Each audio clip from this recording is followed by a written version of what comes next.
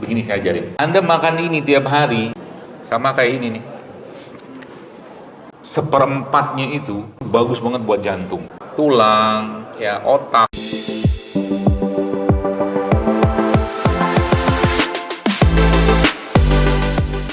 Nah, yang salah satu yang bisa kita lakukan untuk memperbaiki keseimbangan tadi itu adalah itu namanya resistant training.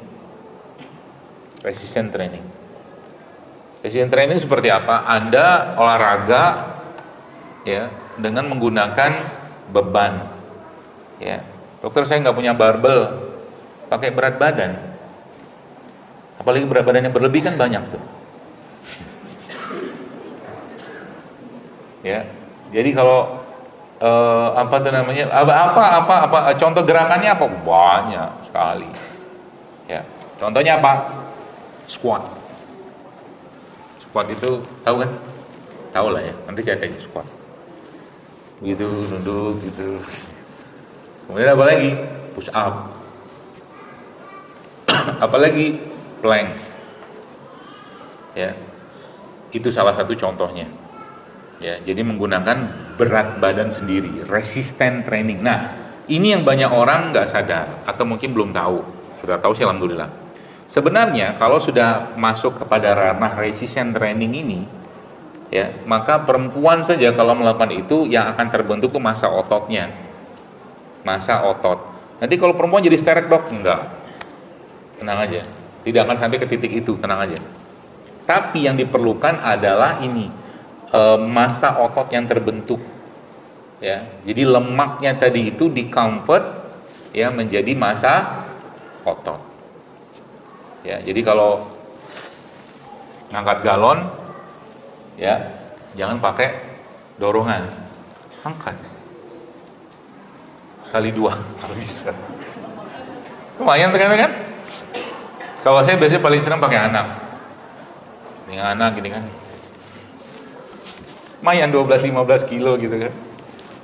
Lama-lama kan akhirnya kebentuk sendiri ototnya. Ya, kalau otot sudah kebentuk, massa otot kebentuk, nah tadi perlahan-lahan yang lemak, estrogen segala macam tadi dia akan kembali ke keseimbangannya. Ya. Kemudian apa lagi yang kita bisa kerjakan untuk memperbaiki itu? 2 pola. Yang pertama namanya heat exposure. Heat exposure tadi kan sinar matahari itu. Yang kedua adalah cold exposure, panas dan dingin. Ya, panas dan dingin itu sebenarnya bentuk cara kita memberikan atau menjadikan tubuh kita itu seperti dapat diberikan tekanan. Jadi imun kita itu baru akan aktif luar biasa kalau seandainya ada tekanan. Makanya sebenarnya kita bersyukur ada penyakit sebenarnya karena ketahuan imun kita kayak apa. Nah, heat exposure ini, Bapak sekalian, atau panas, kita sebutnya heat shock protein. Itu sebenarnya bisa dipicu munculnya. Ya, bisa dipicu munculnya. Salah satu yang bisa memicu munculnya heat exposure itu adalah atau heat shock protein itu. Jadi kalau HSP ini keluar, itu tubuh kita akan meregenerate. Tahu nggak dari mana munculnya? Kalau tahu saya kasih hadiah. Apa yang bisa memicu munculnya heat shock protein? Kalau saya sebutin Anda pasti tahu, tapi ini dimensi keilmuannya. Ternyata gak ada yang mau jawab kan? Adalah jawaban paling gampang tuh adalah jawaban orang-orang soleh. Tanya apapun jawabannya wallahu a'lam bishawab.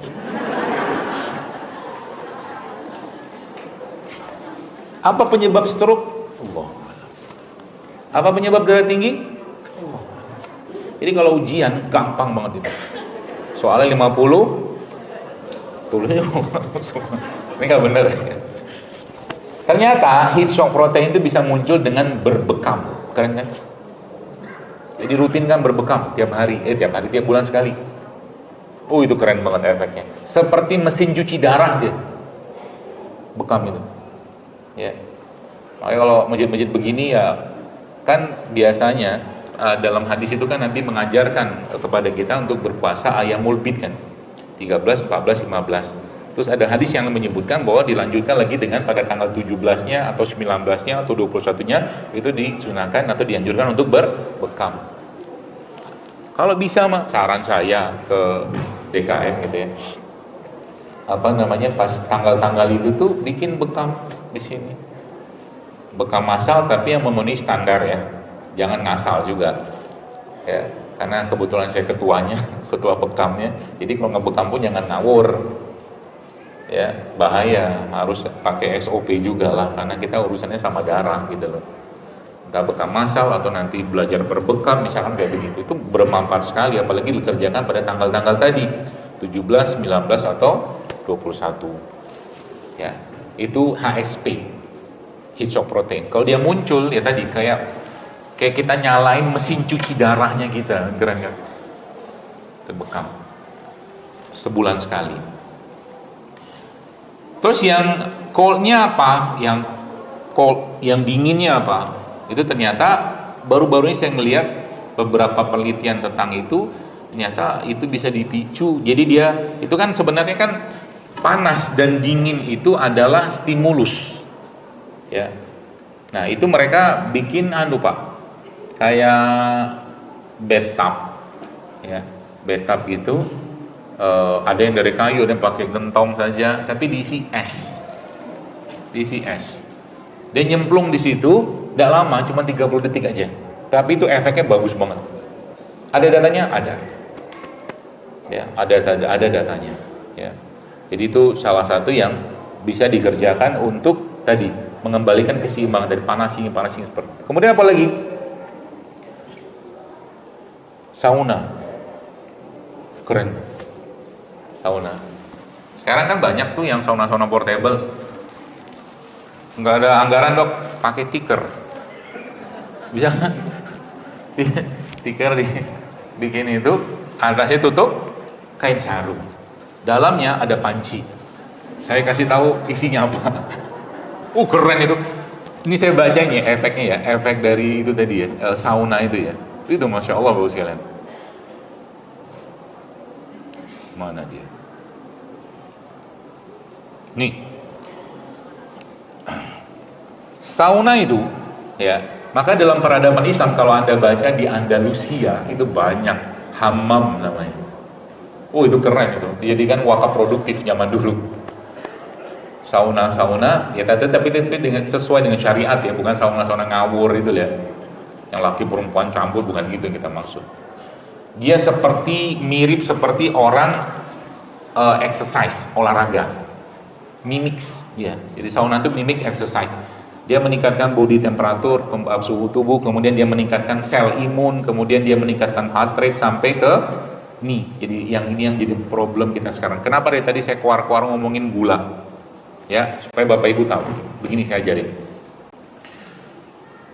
Di Jepang, biar gampang dicernanya. Di Jepang itu saya sampai sekarang masih. Jadi pagi-pagi itu atau pada peak hour, jam-jam yang sibuknya itu kereta KRL di Jepang itu kan padat banget. Nah, itu di depan kereta itu, pintu masuk itu ada petugas yang kerjanya ngedorong penumpang masuk semasuk-masuknya. Mau penyet kayak dia, mau apa, nggak ada urusan. Pokoknya masuk dan aman, tek, pintu tutup. Oke? Itu namanya petugas pengatur penumpang, bahasa kita gitu lah. Ya. Itu analogi saja. Nah, dalam tubuh kita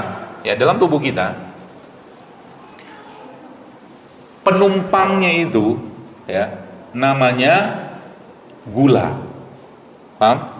Penumpang itu namanya gula. Petugasnya namanya insulin. Jelas ya? Penumpangnya namanya gula, petugasnya namanya insulin.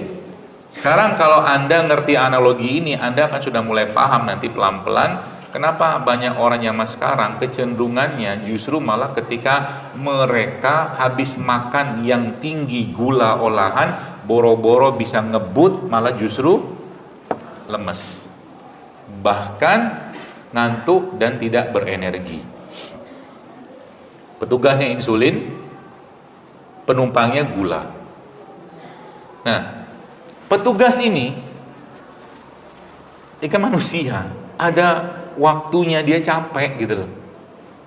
Dia nggak bisa lagi dorong penumpang, nggak ada tenaganya, nah, gitu loh, ya, nggak ada tenaganya.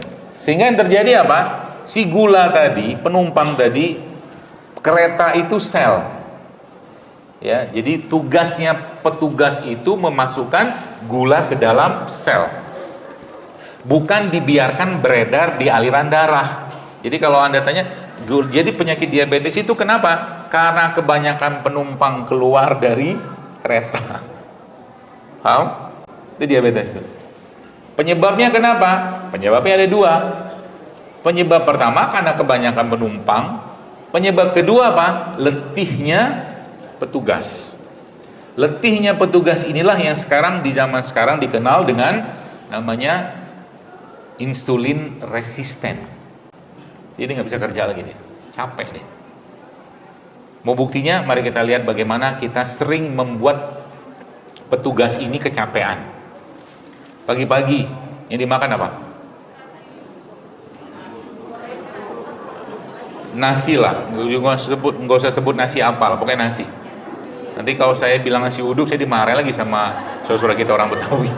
Nasi lah pokoknya, ya, nasi ya. Apa temannya? Gorengan. Oke, mari kita lihat. Ini penumpang kan, isinya apa? Nasi isinya apa? Gula. Gorengan isinya apa? Gula juga, tepung kan? Udah dua. Tambah apa lagi? Es teh manis. Gula lagi ya? Gula lagi. Coba pagi-pagi, kalau seandainya petugas tuh bisa ngirim WhatsApp ke kita, misalkan gitu kan, udah capek dia. Pagi-pagi kok kirimkan segini banyak, dia bilang.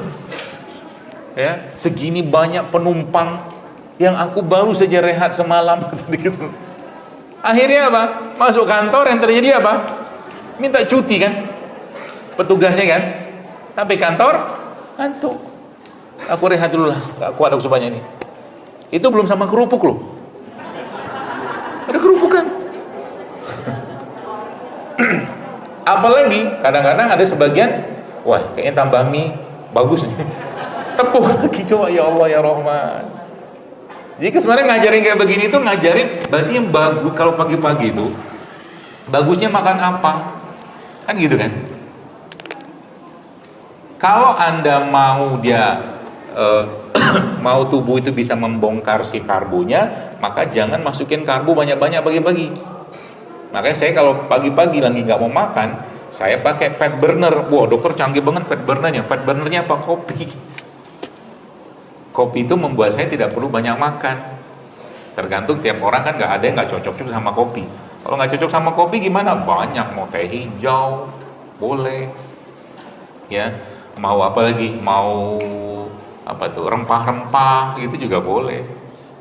Ya, sehingga kalau karena tubuhnya butuh energi, nggak ada gula masuk, maka tubuh nyari penumpang di dalam sel. Jadi sebenarnya kenapa dalam Islam itu ya kita harusnya bahagia, bangga banget dengan luar biasanya syariat agama ini memberikan manfaat kesehatan luar biasa. Ya, contoh mungkin sekarang saya baca sekali, banyak sekali pola-pola diet menggunakan puasa. Ini kemarin baru ketemu saya ibu-ibu, subhanallah. Sebelumnya badannya wah melentung, luar biasa, melentung. Gede gitu kan. Kemarin lihat pas kita ke sana ke restonya dia cerita, "Oh, alhamdulillah," dia bilang. "Kenapa, Bu?" "Udah turun berapa? 10 kilo 3 bulan." Emang pakai obat, pakai diet apa enggak? Puasa. Dia batasi makan yang benar, selesai. Karena penumpang nggak ada, lemak dibakar. Jadi kapan kita makan nasi? Kalau perlu. Kalau nggak perlu ya nggak usah makan. Kalau Anda nggak lemas, berarti kalau nggak lemas nggak butuh karbo atau gula, nggak usah makan.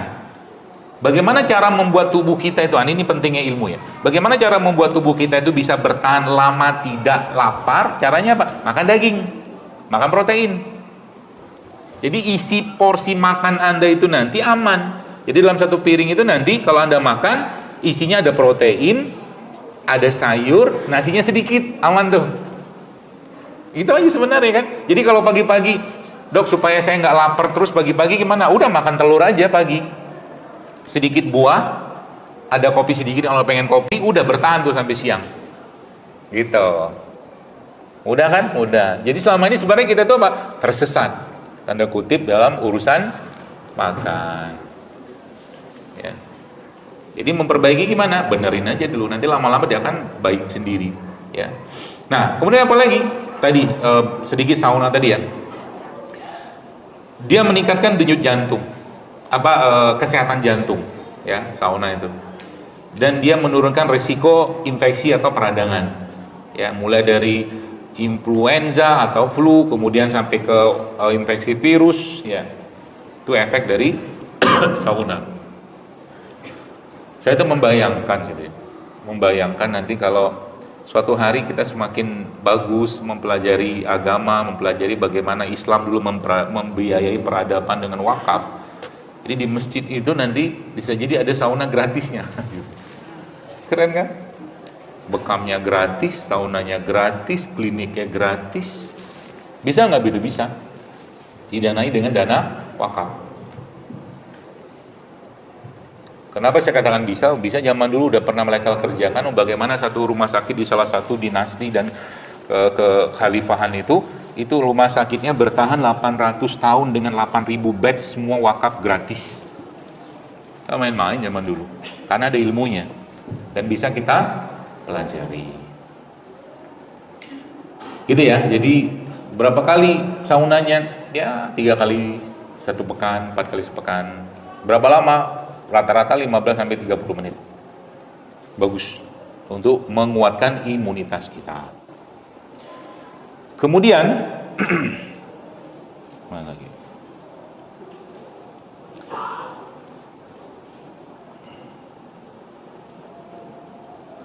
Jadi sekarang kalau bapak-bapak atau ibu-ibu mau mau dikembalikan keseimbangan si tubuhnya tadi antara estrogen, testosteron tadi kembali keseimbangannya dia, salah satu yang bisa kerjakan adalah mulai kurangi body fat, lemak badan. Ya. Caranya ngurangi body fat gimana? Paling gampang apa tadi? Puasa. Ya. Jadi puasanya harus benar ya. Maksudnya zaman sekarang kan orang puasa kan sahur sama bukanya sama aja. Sahurnya juga bukanya juga berlimpah gula. Makanya nanti Ramadan, saya mudah-mudahan Masjid Al-Furqan ini bisa bisa berubah takjilnya. Ya, Ramadan nanti coba jangan ada sirup lagi. Ya. Jadi nanti minumannya apa? Minumannya cuma 2. Kalau Anda pakai sirup, saya ajarin cara bikin sirup yang benar dan murah. Ya, bukan pakai sirup yang murah-murahan itu, yang 15.000 tapi dapat peringatan. Pernah lihat nggak? Beberapa botol-botol sirup itu sekarang yang menggunakan pemanis buatan ada peringatan di bawahnya. Jangan dikonsumsi buat ibu menyusui, ibu hamil, dan anak di bawah 5 tahun. Coba lihat. Ya, gampang Anda beli rosella, ya, rosella, ya bunga rosella tuh, ya, kasih air panas, merah, meriah kayak begitu. Ya, habis itu boleh kasih gula singkong, kalau ada anggaran beli madu pakai madu, kalau enggak bisa pakai gula aren atau gula merah, selesai, sirup juga. Daripada pakai yang kemasan. Ya, atau paling murah lagi apa? Bunga telang. Murah meriah. Tumbuh di mana-mana. Keringin sebentar, enggak dikeringin juga cemplungin situ, kasih serai, kasih jahe sedikit. Udah. Kalau perlu nggak usah dikasih gula. Biarkan merasakan rasa aslinya. Nanti manisnya dari mana? Kan makan kurma. Begitu loh. Jadi biarkan lidah kita ini kembali ke rasa asalnya. Ya, seperti itu.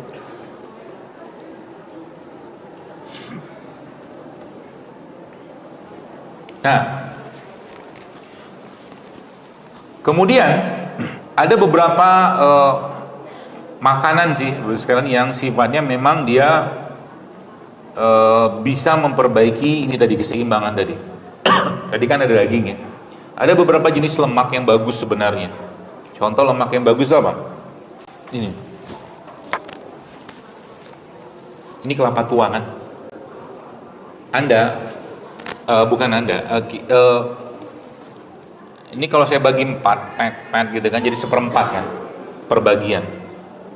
Anda makan ini tiap hari, 1/4-nya itu, lemaknya itu bagus banget buat jantung. Lemaknya itu bagus banget buat pencernaan. Belum saya ngomong gini, langsung ada dugaan, nanti saya cacingan.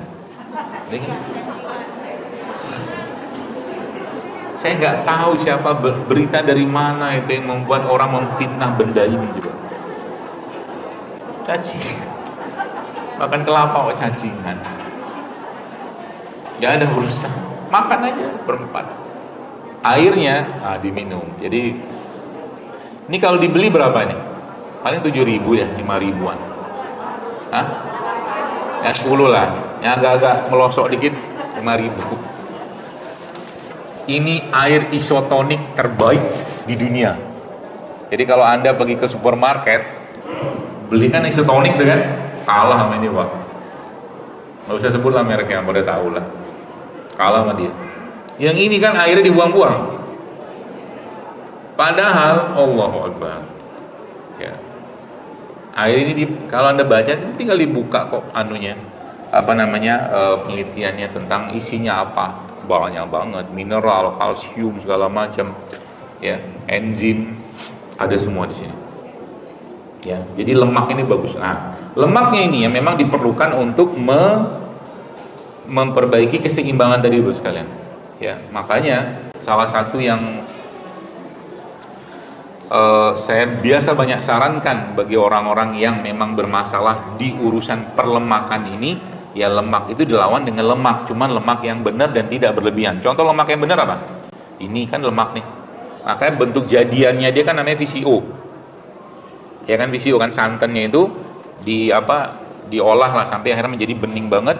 Atau kalau enggak seperti alpukat itu juga lemak yang sehat. Atau kalau enggak zaitun juga bisa tuh. Dokter minum.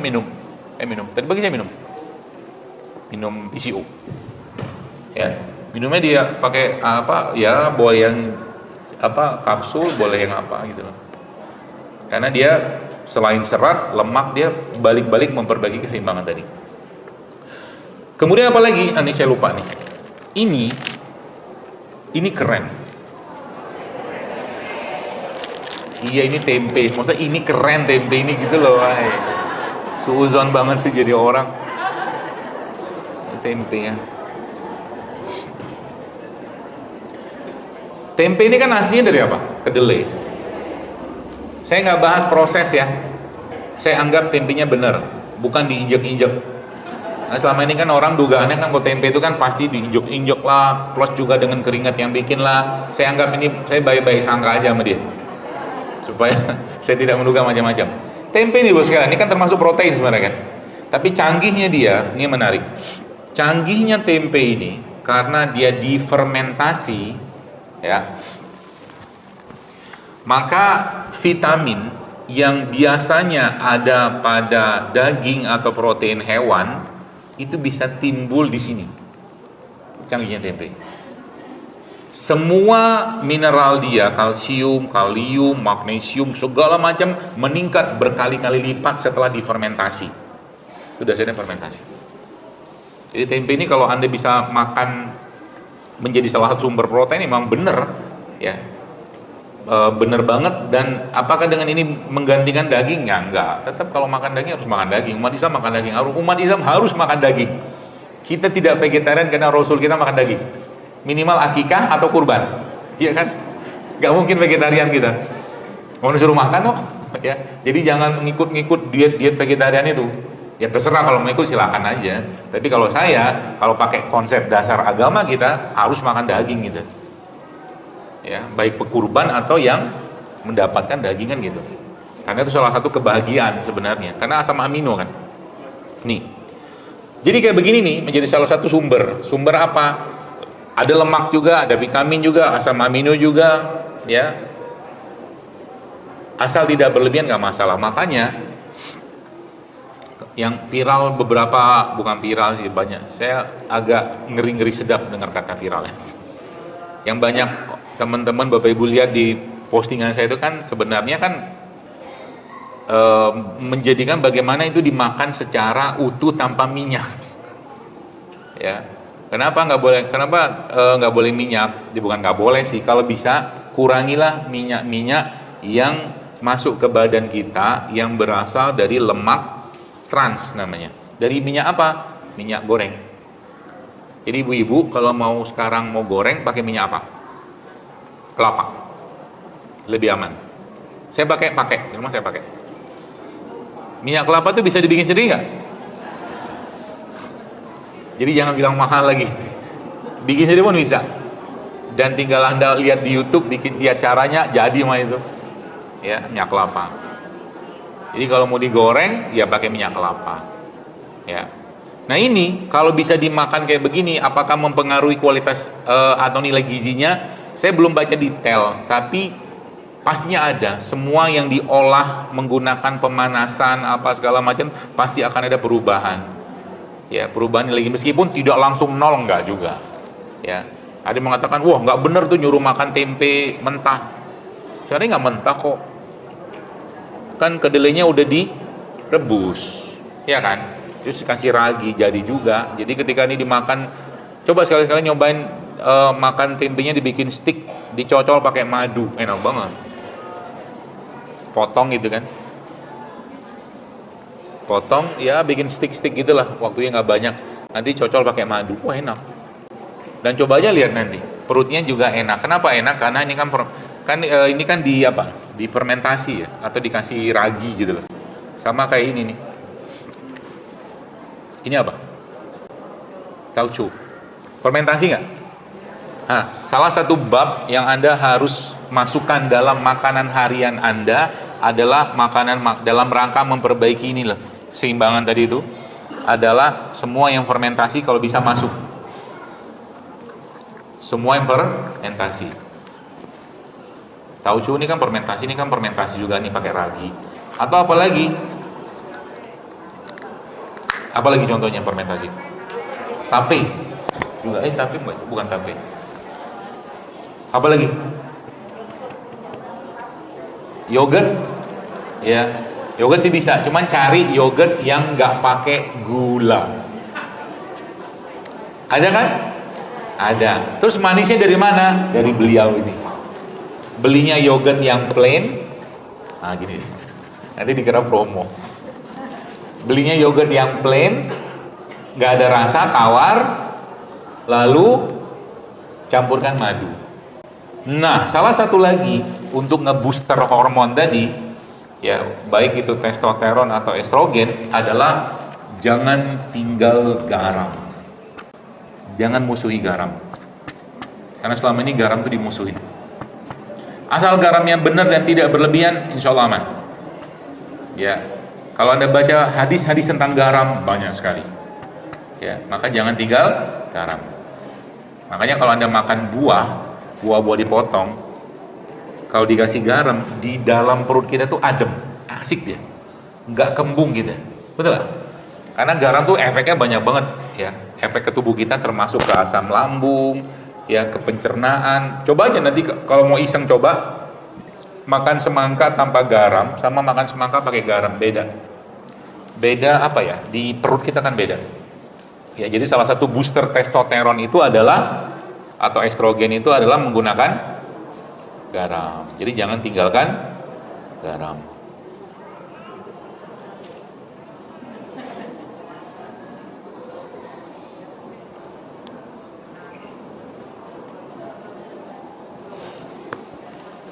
Sampai jam berapa kita? 12. Oh, lama kali. Capek ngomong tuh. Mikir soal. Ini terakhir. Habis ini kita masuk tanya jawab aja. Tapi ada mungkin beberapa tambahan dikit. Booster testosteron atau booster hormon yang lain yang bagus. Tadi kan makanan tadi kan. Adalah seks. Hubungan suami istri, jima. Bagus itu. Jadi bapak-bapak mulai belajar untuk bagaimana memberikan pelayanan kepada istri. Ya. Ibu-ibu juga sama. Maka dalam Islam itu kan diatur tuh. Jadi salah satu yang membuat laki-laki itu bisa testosteronnya atau estrogennya perempuan itu apa tuh namanya bisa bisa naik, bisa seimbang lagi itu ya memang adalah itu tadi jima atau hubungan suami istri. Ya. Maka dalam Islam kan diatur caranya, bukan gaya sih, caranya, adabnya kan diatur semua tuh. Ya. Jadi jangan sampai ini tidak dimanfaatkan. Ya, belajar caranya. Langsung diem kalau ngomong ini. Biasa aja sih. Apa? Biasa aja. Ya. Jadi bapak-bapak itu, nah ini saya ajarin bapak-bapak. Anda harus menjadi penguasa di kamar Anda. Ya, penguasa. Gitu. Jadi belajar.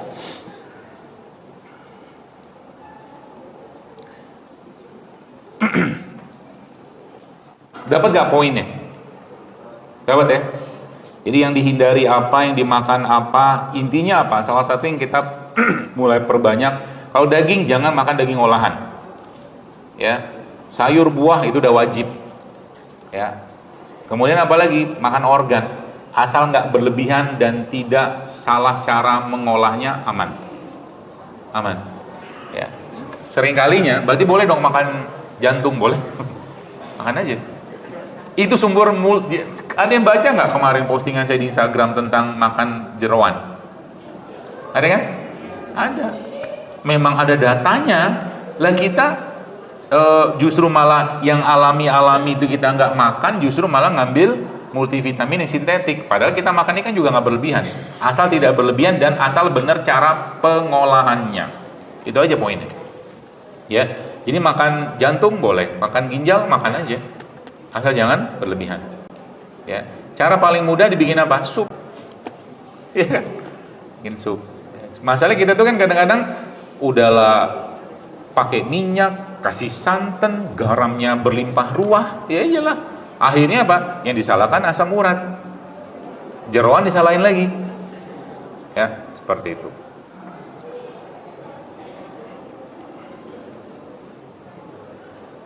Nah, ada data menyebutkan, Bro sekalian, ternyata low testosteron atau low estrogen yang tadi nggak seimbang tadi itu perginya kemana? Ke motivasi, semangat.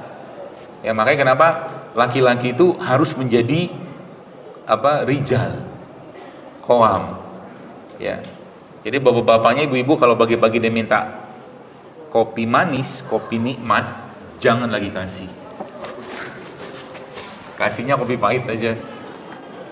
Ya, termasuk juga bikinin tuh rempah-rempah tuh tiap hari ke bapaknya. Lama-lama dia akan naik tuh. Ya. Kan kopi itu ada kopi sehat. Kopi sehat tuh kopi yang nggak pakai apa-apa. Ada kopi nikmat. Kopi nikmat itu apa? Ada susunya, ada creamernya, itu kopi nikmat. Ya. Dia juga hati-hati dengan berlebihannya produk dairy. Dairy tahu lah ya. Olahan susu seperti itu.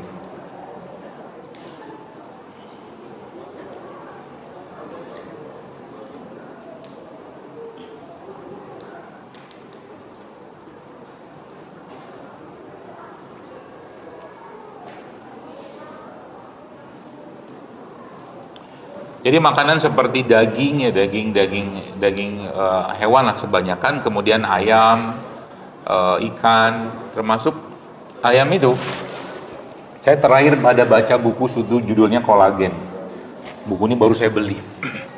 Jadi yang menarik, ternyata emang kolagen itu salah satu sumber asalnya itu justru malah banyak pada kaki ayam. Ya, ceker sama kulitnya. Jadi kalau Anda bisa ayam kampung tuh kan bagus tuh. Nah itu cekernya kan murah meriah tuh. Nggak tahu di sini. Kalau di Saudi atau di Timur Tengah dibuang. Ya, padahal itu sumber kolagennya di situ. Kolagen itu fungsinya buat apa? Tulang, ya otak, jantung semua. Itu jangan dibuang. Ya. Ikan tuh juga sama. Tapi memang nggak lazim di kita ya makan ikan pakai sisik. Tapi sisiknya itu juga banyak kolagennya. Jadi kalau bisa makan ikan sama sisiknya, makanlah ikan presto kali ya. Kan udah lunak tuh dia. Ya. Sama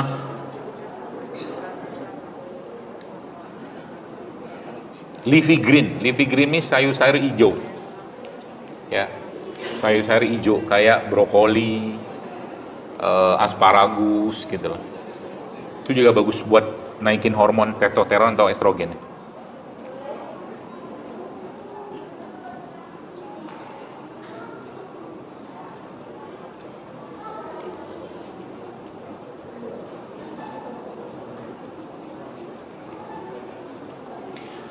Oke, saya kira mungkin cukup dulu ya.